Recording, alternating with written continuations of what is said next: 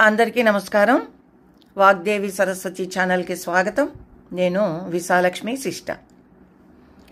నేడు పాప విమోచని ఏకాదశి. మన పంచాంగం ప్రకారం ప్రతి నెలలో వచ్చే ఏకాదశికి ఒక ప్రత్యేకత ఉంటుంది. ప్రతి మాసంలో శుక్లపక్షం, కృష్ణపక్షంలో ఏకాదశి వస్తుంది. ఇలా సంవత్సరం మొత్తం 24 ఏకాదశులు వస్తాయి. ఉగాదికి ముందు ఫాల్గుణ మాసంలో వచ్చే ఏకాదశికి ఎంతో విశిష్టత ఉంది. ఫాల్గుణ మాసం కృష్ణపక్షంలో వచ్చే ఏకాదశినే పాప విమోచని ఏకాదశి అంటారు.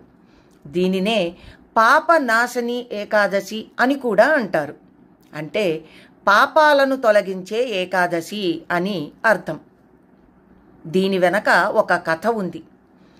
పూర్వం మేధావి అనే మహర్షి తపస్సు చేసుకుంటూ ఉంటే ఇంద్రుని ఆదేశానుసారం మంజు ఘోష అనే అప్సరస తన నాట్యంతో ఆయనకి విఘ్నం కలిగించిందంట.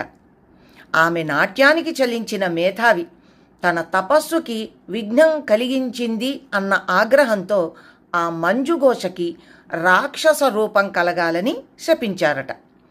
ఆమె రాక్షసి అయిపోయింది. తిరిగి ఆయన తపస్సులో లీనమయ్యాడు. ఆమె ఆయన కోసం ఎదురు చూస్తూ కూర్చుందట.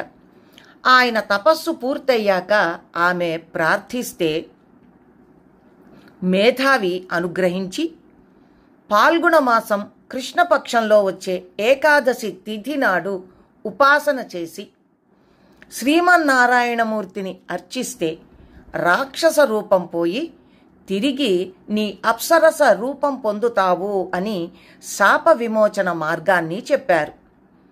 ఆయన సూచన మేరకు మంజుఘోష ఏకాదశి వ్రతం ఆచరించి తన పూర్వ స్వరూపాన్ని పొందింది. చేసిన పాపాలను తొలగించినందున ఈ ఏకాదశిని పాప విమోచని ఏకాదశి అని అన్నారు. పాపమును అంకుశము వలె మన మనస్సును నియంత్రించేది కనుక ఈ ఏకాదశిని పాపాంకుశ ఏకాదశి అని కూడా వ్యవహరిస్తారు.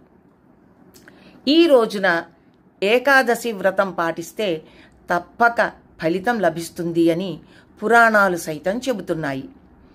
పాపమోచని ఏకాదశి రోజున సూర్యోదయానికి ముందే నిద్రలేచి స్నానం చేయాలి.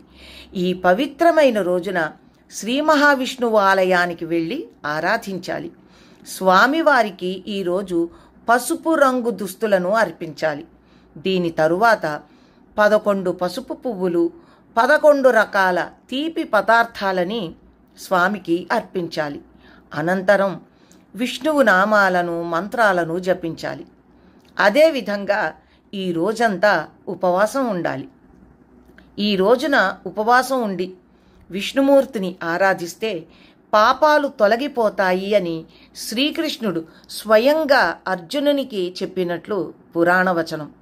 అంతేకాకుండా ఈ వ్రతం ఆచరించిన వారికి మోక్షం కూడా లభిస్తుందట.